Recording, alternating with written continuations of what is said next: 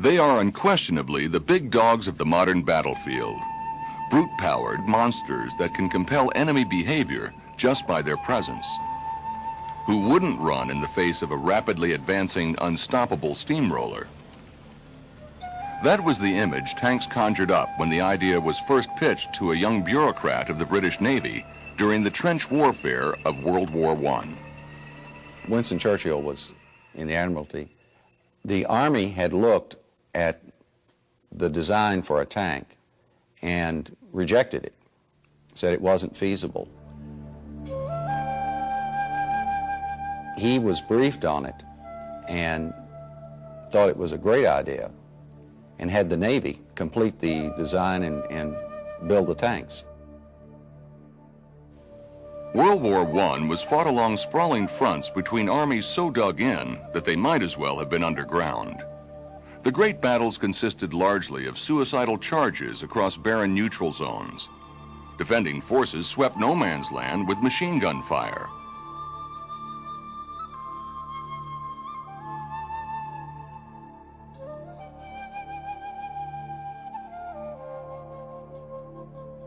For months at a time, the killing continued, but neither side made progress toward victory. Churchill recognized the potential of the tank, a vehicle that could fight its way to the enemy's fortifications and silence their machine guns, could turn the battle.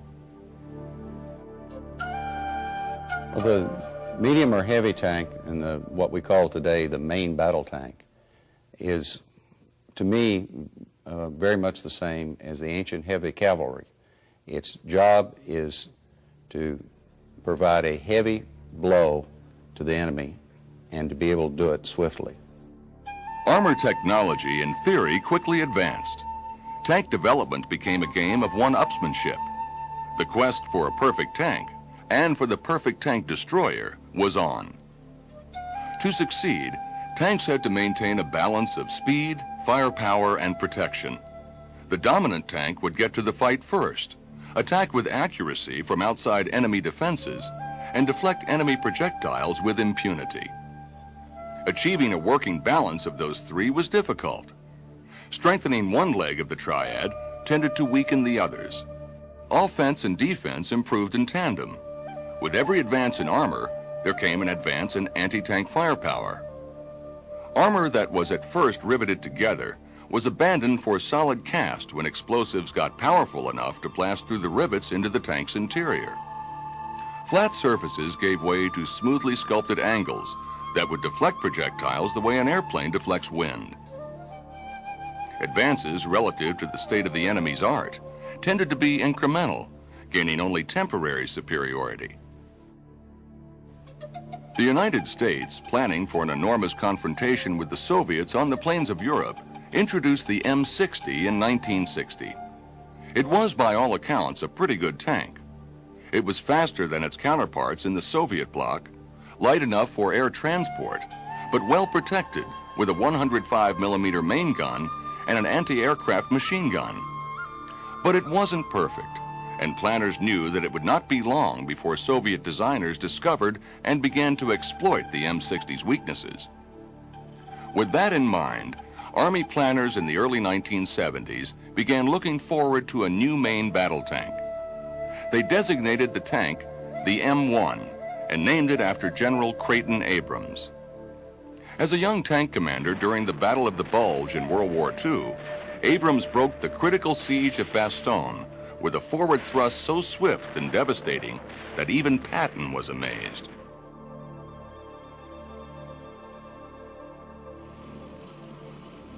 The tank could not have been more aptly named.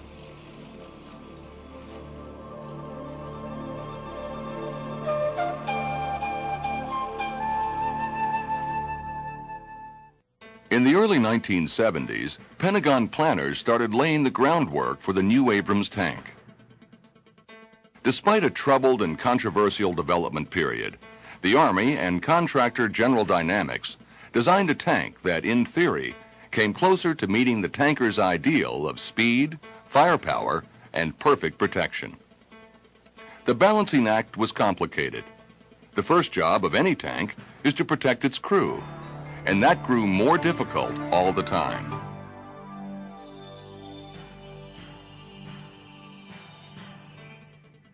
The M1 had to defeat two types of weapons. First, there were high-explosive anti-tank or heat munitions. Heat charges focused the force of an explosion on a point the size of a quarter, melting its way through foot-thick armor and splattering the tank's interior with molten metal. Secondly, there was a new class of kinetic energy weapons that, upon striking armor, fired a heavy metal rod through the armor, spewing metal fragments around the interior. To stop both types of rounds, Americans borrowed a new kind of armor first developed by the British. Though its precise makeup is still classified, so-called Chobham armor is made up of layers of metal, plastic, and ceramic materials. Rather than merely deflecting an enemy round, Chobham armor breaks projectiles up into small pieces and then dissipates their force.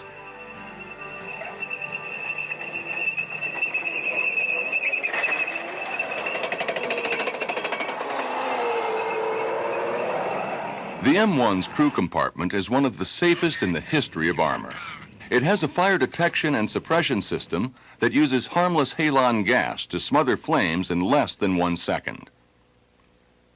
Because forces on the modern battlefield face threats other than mere artillery, the Abrams tank has advanced nuclear, biological, and chemical protection. That NBC capability guarantees that the crew will be safe even on a battlefield so polluted that it would kill an unprotected person. The Abrams was also designed for speed. Traveling at more than 70 kilometers an hour, it required a huge amount of power. The new tank ended up with a 1,500 horsepower gasoline turbine engine that had more in common with the jet engines on fighter aircraft than it did the standard tracked vehicle. With more power per pound than the M60, driving the M1 Abrams was unlike anything to come before it. Fastest I ever gone is about 36, 37 miles, sir. I drive the tank from a steering column, which is actually called a T-bar.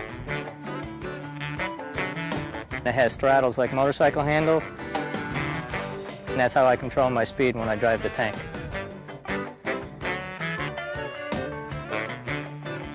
And I love to drive fast.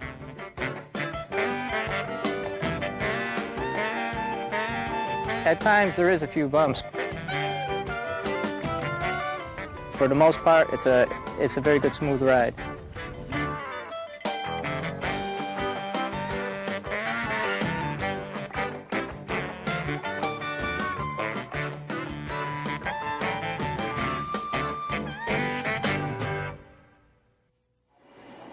The M1 deployed in 1981 with a 105 millimeter gun. The gunner, sitting in the right front of the turret, had a laser rangefinder and periscope at his disposal, which was nice, but trying to aim while the M1 sped along would have been impossible without a sophisticated fire control system. The main battle tank's main battle gun is controlled by a system of gyros and hydraulics that keep the gun pointed straight and level even while the tank isn't. To protect against infantry, the tank carries 3 machine guns. Atop the turret are a 50 caliber operated by the tank commander and a 7.62 millimeter controlled by the loader. Mounted at the front of the turret is a 3rd machine gun that sweeps in exact tandem with the main gun. Tanks were made in World War II with sirens to add to the fear and the fright to scare the infantrymen. But there's the other aspect that lone infantryman has the capability to destroy some tanks if he's brave enough to withstand it and able to conceal himself and has the right weapon. On paper, the M1 was clearly the best tank in the world. In testing, it remained the best, though not quite so clearly. Critics pointed out that the tank was not only over budget, but there were problems with the engine, tracks, and suspension. The complexity of the system seemed to imply that, in battle, the breakdown rate would soar.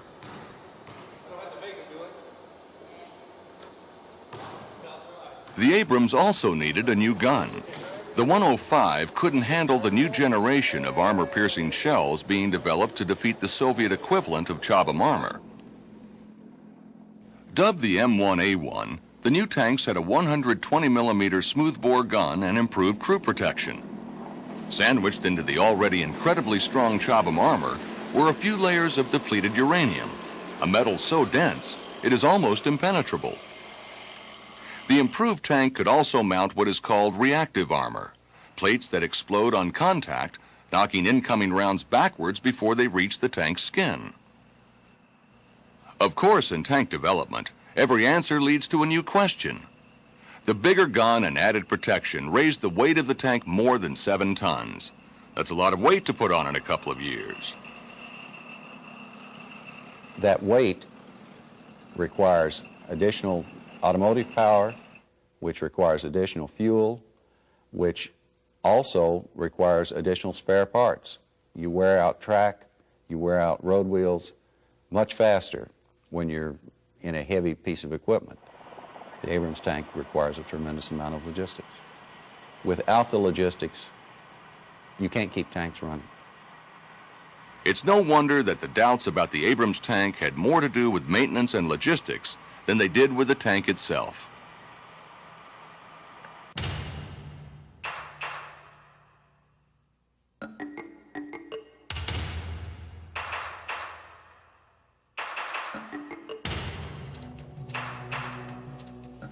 The debate over the M1A1's viability on the battlefield was still raging when Saddam Hussein invaded Kuwait.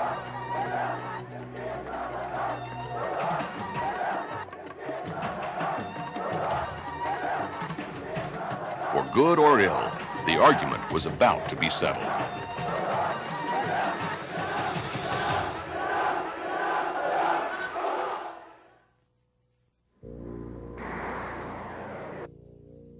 In the Persian Gulf War, a generation of untried equipment received its battle test. The Patriot missile, the A-10 Warthog, and the F-117 Stealth all proved themselves, but none was more successful than the Abrams main battle tank. If you were going to design the perfect geography for tank battle, it would be hard to beat the Arabian Desert. It is enormous, stretching across a subcontinent virtually unbroken by rivers or forests. It is essentially a huge tank range, a perfect arena in which to demonstrate the strengths of the Abrams tank, speed and firepower. The M1A1, with its big gun and advanced fire control system, was effective on the move from 3,000 meters, more than 2 miles.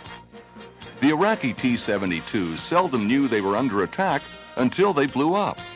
When the Iraqis did get a shot at the M1A1s, they generally missed. And if they hit the Abrams, their shells bounced harmlessly off. You got to imagine yourself with somebody with a long rod penetrator that's a large dart, let's say, traveling at about 3,000 feet per second. And if that slams into you, are you going to know that you got hit by something? Sure. But the tank is designed to be able to provide the crew protection against that. The speed of the Abrams tank made possible General Norman Schwarzkopf's Hail Mary flanking maneuver.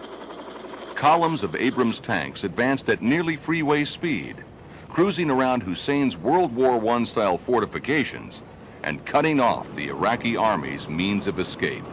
There are several accounts of tank crews that were capable of hitting enemy targets on the move at a range of 3,800 meters, which is a phenomenal distance to be able to see, because the enemy was not capable of seeing and engaging us at those same kind of ranges. There's no such thing as an invulnerable tank, although to my amazement, the Abrams tank comes close. It provides tremendous armor protection. There's very little that can destroy it. It has a gun that can destroy just about anything on the battlefield, and it has the ability to get there faster than any other tank we've ever had. But as good as the desert was for tank tacticians, it was a logistical nightmare. The desert sands invaded every system, grinding machines to a halt. Crews had to be well drilled and conscientious in their maintenance. And of course, you expect any piece of equipment when you're using thousands of them, not all of them are going to run every day. There's going to be mechanical breakages. So the Army looks at how many, a percentage that are up and running and available for use every day. And the percentages exceeded training percentages in combat. With all equipment, you always come back to the soldier. The soldiers were not any more capable than they were the year before when they went through training exercises, but they were inspired, if you will. You've got to depend on it, so you sort of treat it like you would your car. You ensure that you fine-tune everything, and that the little noises that you hear that you know aren't normal, you know something's wrong. You know where to go to about that. There was an article that I read about a U.S. Marine Corps Reserve unit from the state of Washington who had M68 tanks, M68-3 tanks in their normal day-to-day training in the National Guard in the state of Washington. They were alerted in December that they were deployed to Desert Storm. They went down to 29 Palms, California, where the Marine Corps has got a training facility set up. They did a new equipment training, very intense, very concentrated new equipment training on the M1A1.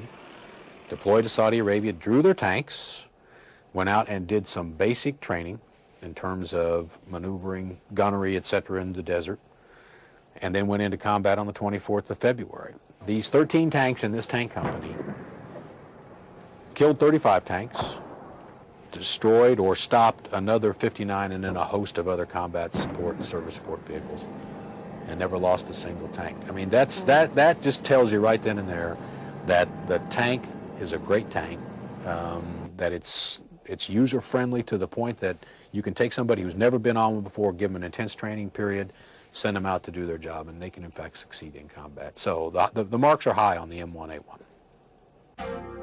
The Persian Gulf, though a resounding victory, was not without its lessons.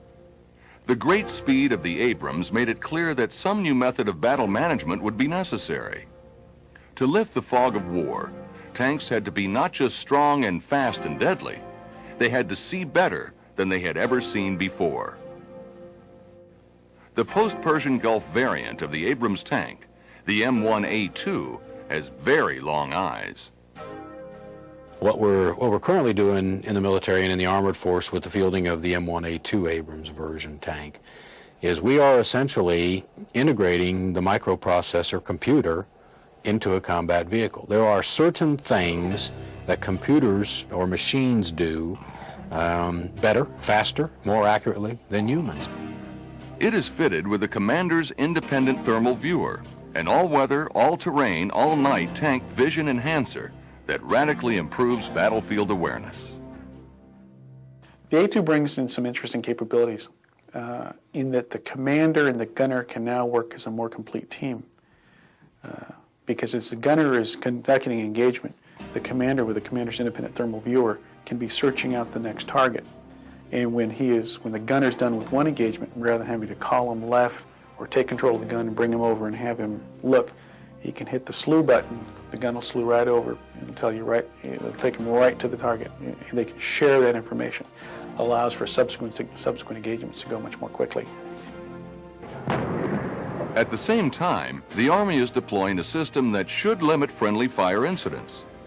The Inter-Vehicle Identification System, or IVIS, is a computer-based communications network that pinpoints and identifies everything on the battlefield, friend and foe, in real time.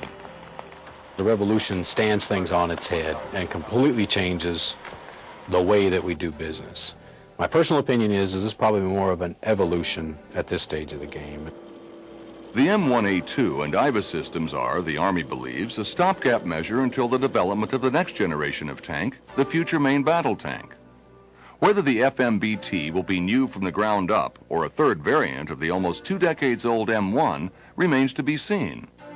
An M1A3 would be cheaper, but an all-new FMBT would bring capabilities to the battlefield that today exist only in computer models. It takes for a major system 15 years from concept to deployment. Almost certainly, the Abrams main battle tank, conceived as a temporary fix nearly 2 decades ago, will be the mainstay of the American Army for at least a decade to come.